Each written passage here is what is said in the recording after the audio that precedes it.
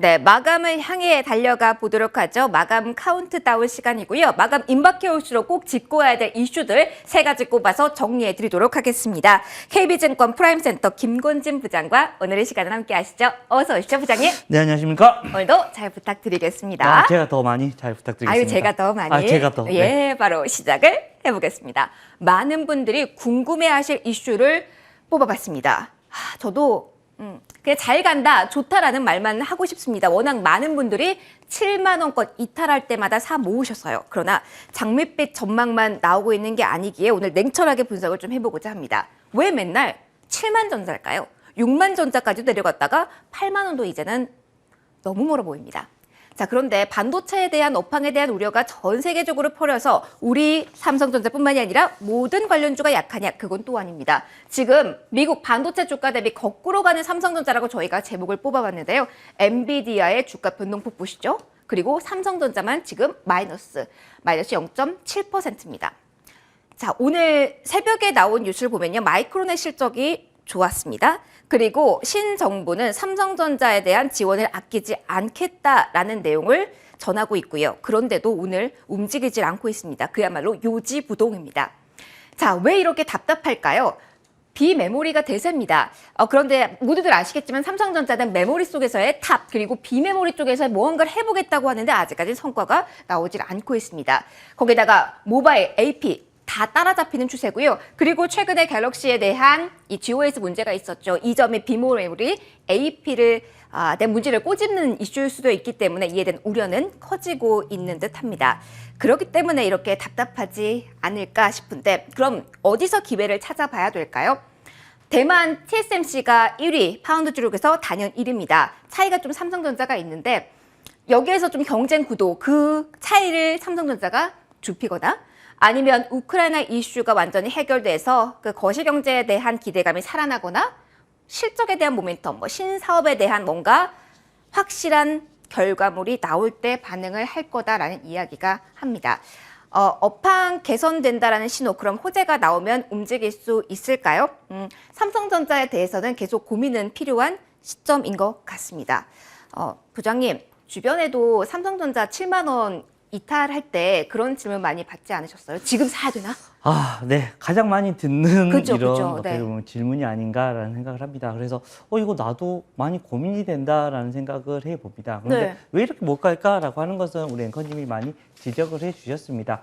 한 두 가지 정도로 크게 뽑아보자면 가장 먼저는 뭐냐면 지금 현재 메모리는 전 세계 1위라는 건 누구나 알고 있다. 근데 비메모리 분야에 이런 삼성전자가 열심히 한번 뛰어가 볼게. 그리고 앞으로 이렇게 될 거야 라고 이렇게 공언을 했었던 게 사실. 그런데 실제로는 이거 아닌데 아직 생각보다 수율도 안 나오고 있네 라는 이런 분위기가 워낙 크다라는 겁니다. 즉 파운드리 사업 분야가 워낙 지금 현재 기대를 많이 했었는데 생각보다는 이 분야가 지금 현재 따라오지를 못하고 있다라는 겁니다. 즉 사실 삼성전자가 열심히만 하면 충분히 TSMC도 이기고 분명 우리가 1등이 될 수 있을 거야 라는 이런 분위기가 많았었습니다. 그런데 까보니까 쉽지 않네라는 이런 분위기가 계속해서 형성이 되고 있는 듯 하고요.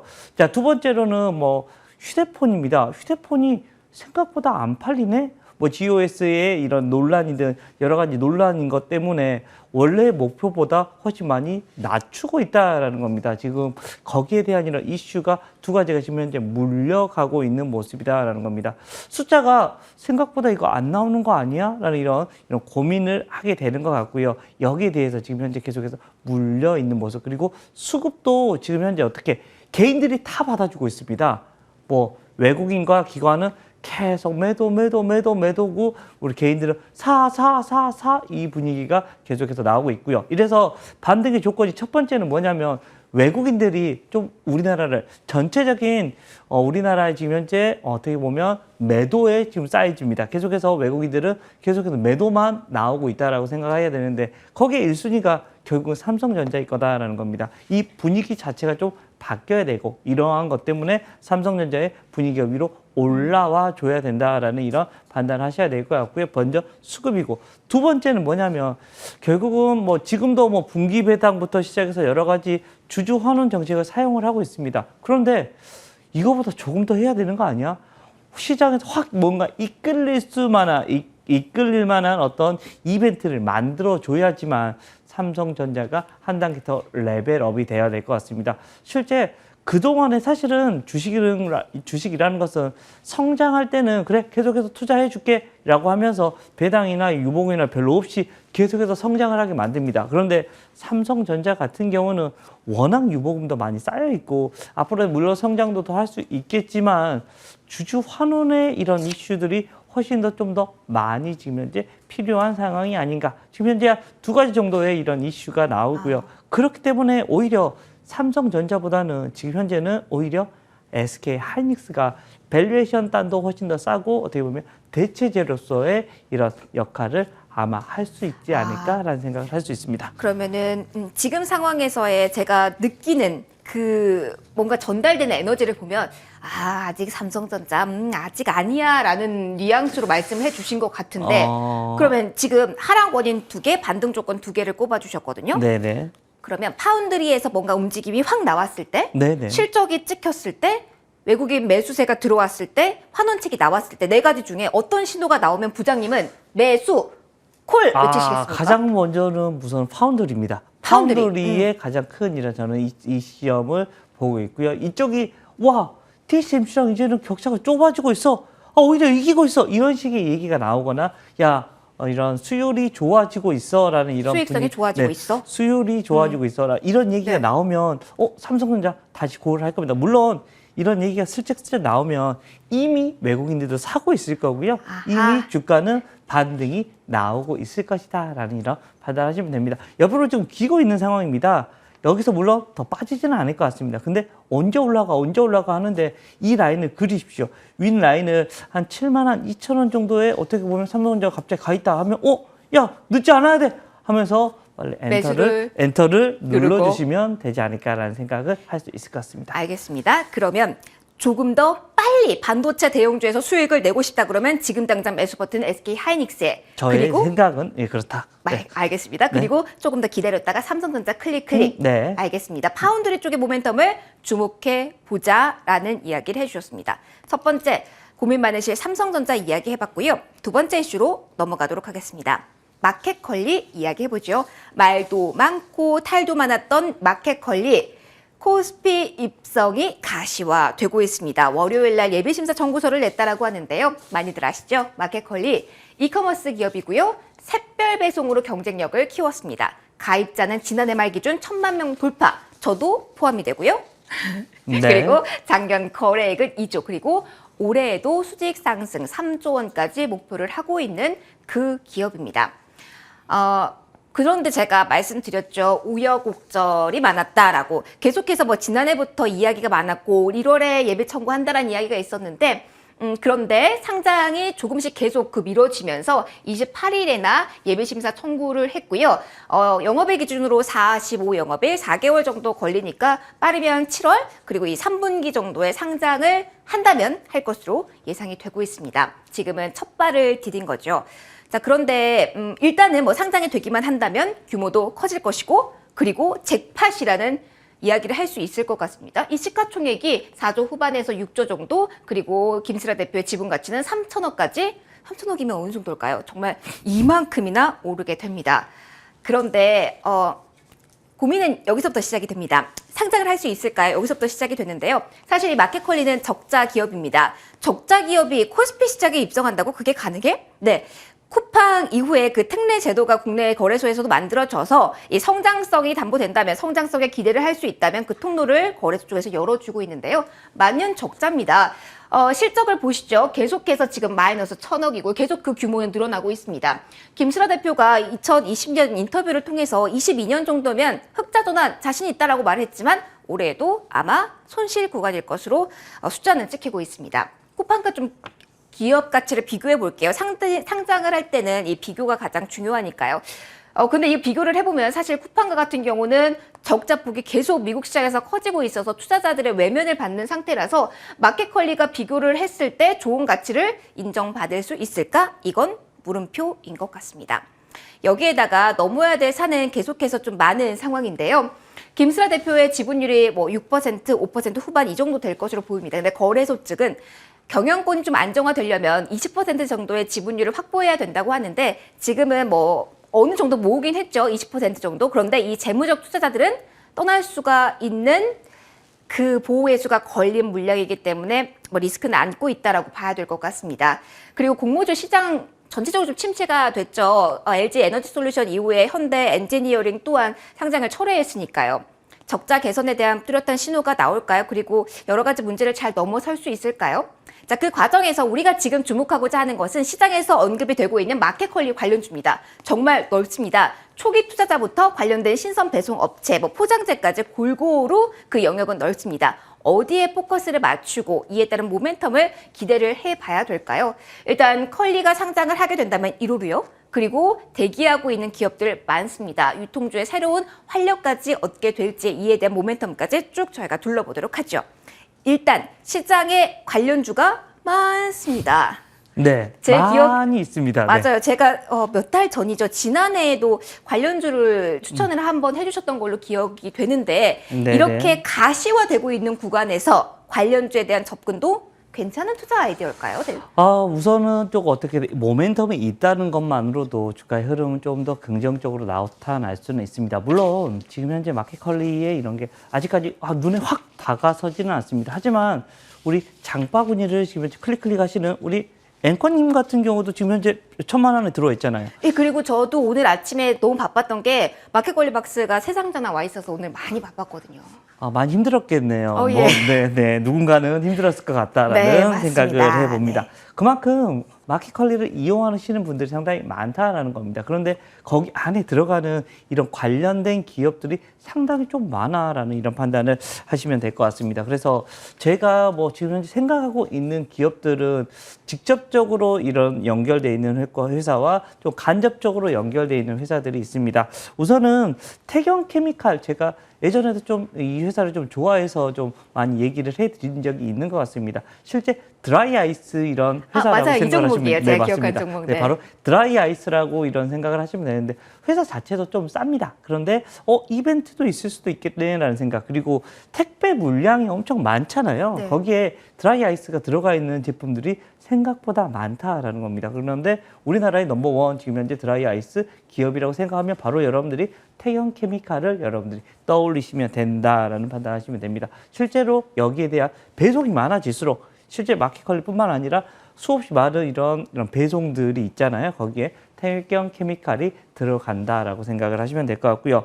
두 번째는 흥국 FLB 같은 경우는 음료에 대한 것, 대부분의 음료가 여기에 마켓컬리에 대한 이런 이야기가 여기라고 한꺼번에 이어진다라고 판단하시면 될 것 같고요. 또 직접적으로 연결되어 있는 데가 있습니다. 바로 이 SK네트워크스 같은 경우가 여기에 지분의 4%를 가지고 있거든요. 네. 실제 이것 때문에 무조건 마켓컬리 올라오면 무조건 뭐 SK네트워크스는 와 올라왔구나 드디어 투자해놓은 게 돈을 받을 수가 있네, 아니면 매도를 하거나 이런 지분 가치가 상승을 할 수 있겠네라는 이런 분위기가 형성이 됩니다. 여기 지금 현재 대표님이 6.6% 정도 제가 기억으로는 그 정도 가지고 네. 있으니까 4%면 작은 숫자가 아닙니다. 실제 큰 숫자라고 생각을 하시면 될 것 같고, 또 여기가 상장이 되면 앞에서도 얘기했던 것처럼 실제 쓱닷컴이나 오아시스의 이런 상장이 이루어질 겁니다. 실제 오아시스 같은 경우는 실제 지어소프트가 거의 79%나 가지고 있어서 거의 지어소프트에 대한 이런 이야기를 해드릴 수 있을 것 같습니다. 이슈화 되고 있으니 선별적으로 타이밍 잡아서 접근해봐도 좋겠다라는 이야기를 해주셨고요. 오늘 관심 많으실 세 번째 이슈로 넘어가 보도록 하겠습니다. 바로 완성차 업체들 다시 한번 올라갈 수 있을까에 대한 고민 함께 시작해 보도록 하겠습니다. 자, 우크라이나발 긴장감이 완화됐다라는 이 매크로적인 이슈가 사라질 이 시점에 다시 한번 주목을 받고 있는데요. 그런데 이 외에도 악재는 상당히 많습니다. 차량용 반도체 여전히 공급 부족합니다. 언제 해결될지는 아직도 모르겠고요. 그리고 금리 인상으로 주가 눈높이가 낮아진 상태. 자, 이런 상황이다 보니까 이렇게 종전 가능성이 보인다고 하더라도 섣불리 하나의 악재 해소에 베팅을 할 수 없는 지금 상황입니다. 현대차의 이 주가 차트를 보시면은요, 2021 이런 고점 대비에 지금 많이 떨어진 상황이죠. 눈으로 보셔도 거의 반토막이라 볼 정도로 상당히 많이 저점 구간에 내려앉은 상황인데요. 그렇다면 가격적인 메리트도 안고 반등을 할 수 있을까? 일단 PBR 7배로 바닥 수준입니다. 보통 8배에서 10배 수준으로 거래되던 주식이니까요. 그런데 실적에 대한 기대감을 지금 가져도 될지, 그리고 중고차, 그리고 로봇 이런 모멘텀까지 기대해도 될지, 오늘장의 상승 배경과 함께 나머지 이슈들도 볼 텐데요. 일단 기대감 자체 많은 뉴스, 친환경 쪽에 드라이브를 걸고 있다는 내용까지는 저희가 지금 확인을 해봤네요. 바로 현대차에 대한 고민들 질문 드리도록 하겠습니다. 지금 상황을 부장님, 네. 단순하게 그냥 기술적 반등입니까? 아니면 이제 쭉 올라갈 수 있는 그 분위기를 만들어가고 있는 겁니까? 네. 우선은 좀 긍정적으로 한번 바라보자라는 이런 생각을 합니다. 실제 뭐 자동차 관련된 종목들이 어제부터 이틀 연속으로 위로 올라와 뻗어주고 있는 모습이 나타나고 있다라는 겁니다. 그리고 여기에 관련된 이슈들 그동안 워낙 많이 악재는 이미 어느 정도 다 반영이 된 느낌입니다. 하지만 호재성 이슈들 여전히 현대차, 기아는 실적은 잘 나올 거다라고 지금 현재 얘기가 많이 돌고 있습니다. 물론 뭐 차량용 반도체 부분이나 이런 게 계속해서 안 좋았던 것은 이미 주가에 반영이 돼서 오히려 이제는 호재성 이슈에 조금 더 민감하게 반응하기 시작하는 거 아니야? 라는 이런 반등이 얘기가 나오고요. 결국은 전쟁, 물론 6.25나 우리나라의 전쟁 3년이 이렇습니다. 근데 이번 전쟁은 그렇게까지는 오래 안 갈 거다라고 지금 현재 예상을 하면 원자재가 다시 안정화로 돌아설 수 있습니다. 지정학적 이슈가 좀 마무리가 되면 그동안 러시아에서 우리 현대차, 기아차가 많이 팔렸잖아. 이러면 어떡하지? 라는 이런 분위기 같은 경우가 좀 바뀌어질 수 있고요. 현대 기아가 그리고 앞으로의 미래차도 잘 넘어가고 있는 상황입니다.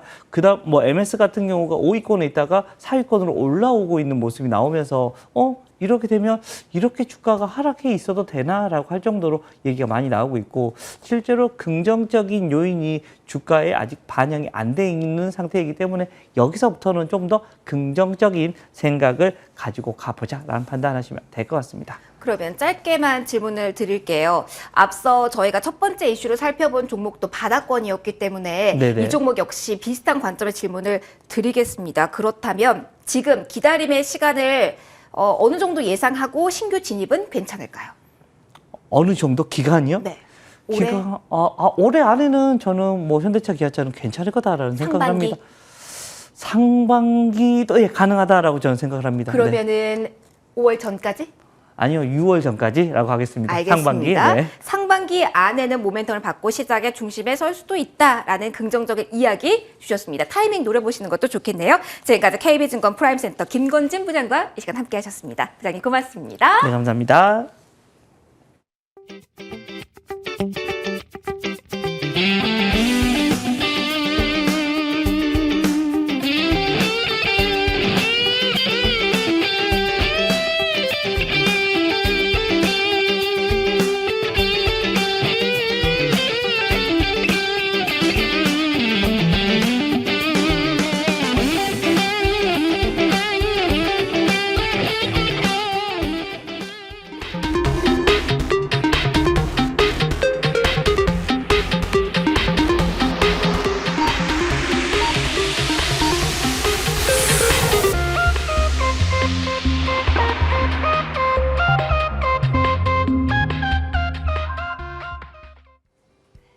네, 이 시각 마감 시황 살펴보겠습니다.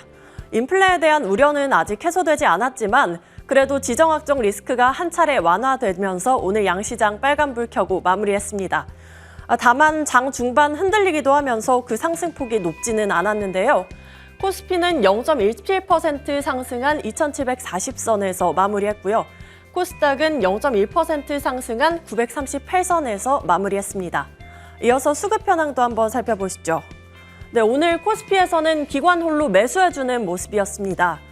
환율이 소폭 하락을 해주면서 오늘 장 초반 외국인이 4거래일 만에 매수 우위로 전환을 해주나 싶었는데 장 중반 다시 한번 매도 물량을 늘려가면서 매도 우위로 마무리했습니다. 이어서 코스닥 수급 현황도 살펴보시죠. 코스닥에서는 개인과 외국인이 매수를 해주면서 마무리했습니다. 외국인과 기관이 장중 IT 업종과 반도체 업종을 중심으로 매도하는 모습 보이기도 했는데요. 장 막판에는 외국인이 다시 한번 매수 물량 늘려가 주면서 마무리했습니다. 이어서 시가총액 상위 종목들도 살펴보시죠. 네, 반도체 업종들의 엇갈린 흐름 확인되는데요. 오늘 삼성전자 7만 원 선에서 내려오면서 마무리했고요. SK하이닉스 소폭 상승하면서 12만 1,000원 선에서 마무리했습니다. LG에너지솔루션 오늘 외국인과 기관의 강한 매도에 0.1% 소폭의 하락 보이면서 44만 원 선에서 종가 형성했습니다. 이어서 다음 판도 한번 보시죠. 오늘 현대차와 삼성 SDI의 상승폭이 좀 눈에 띄었습니다. 현대차 온실가스를 저감을 위한 엔진과 연료를 개발했다라는 소식의 강세였고요. 또 삼성 SDI는 증권가에서 과도한 저평가가 되어 있다라는 소식 안아가면서 오늘 강세 보여줬습니다. 3% 넘는 강세 보여주면서 56만 원 선 종가 형성하며 마무리했습니다. 이어서 코스닥 종목들도 한번 살펴보시죠.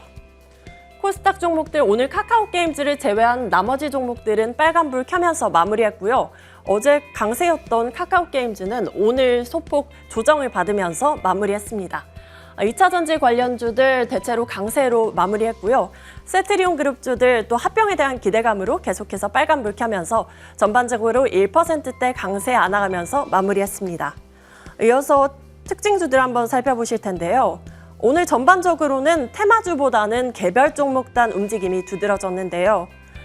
종합물류 관련주가 그래도 테마주로 꼽을 수 있을 만한 종목이었습니다. 물동량 세계 1위인 상하이항구가 운영을 멈추면 물류 대란으로 물류비가 폭등할 수 있다라는 우려를 안아가면서 오늘 한솔로지스틱스 21% 넘는 상승세 보이면서 마무리했고요. KCTC와 태웅로직스도 7% 넘는 강세로 마무리했습니다.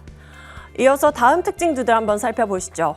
앞서 현대차 말씀드렸었는데요. 오늘 현대차가 친환경 연료를 개발한다라는 소식이 발표되기도 했고 또 지정학적 우려가 조금 완화될 거다라는 기대감에 원자재 수급 상황이 나아질 거다라는 기대감 안아가면서 현대차 1.5% 강세 보이면서 마무리했고요. 기아도 2.6% 강세로 마무리했습니다. 이어서 개별주 한번 보실 텐데요. 오늘 안랩이 급락을 했습니다. 안철수 위원장이 윤석열 정부의 초대 국무총리직을 맡지 않겠다라는 소식을 발표하면서요. 안랩 오늘 11% 하락선 그리면서 장 마무리했습니다. 지금까지 마감 시황 살펴봤습니다.